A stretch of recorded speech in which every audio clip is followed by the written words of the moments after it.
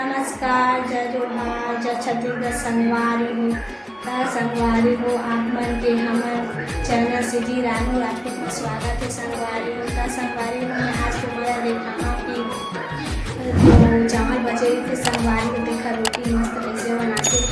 तो संगवारी हो हम लोग मस्त वीडियो में देखे कर संगवारी हो लाइक भी कर दे कर शेयर मस्त सब्सक्राइब भी कर दे संगवारी हो। तो संगवारी हो तुम मला देखा हाँ मैं हाँ मस्त गेहूँ आटा की रोटी मस्त बना हाँ संगवारी हो। तब बनी रहा संगवारी मस्त हमारे वीडियो में हो देखा तुम दिखावा था मस्त चावल के रोटी बनाए हैं संगवारी हो मस्त लगते तेल भी डाले हाँ ये संगवारी हो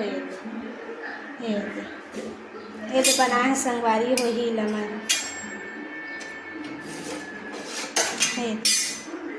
मस्त संगवारी थोड़ा सा तेल भी डाल दे हाँ नमक भी डाले हाँ और मस्त चावल आटा के मस्त एक नंबर मस्त सान के मस्त बना संगवारी हो अच्छा लगते। अभी रोटी भी बना हाँ संगवारी हो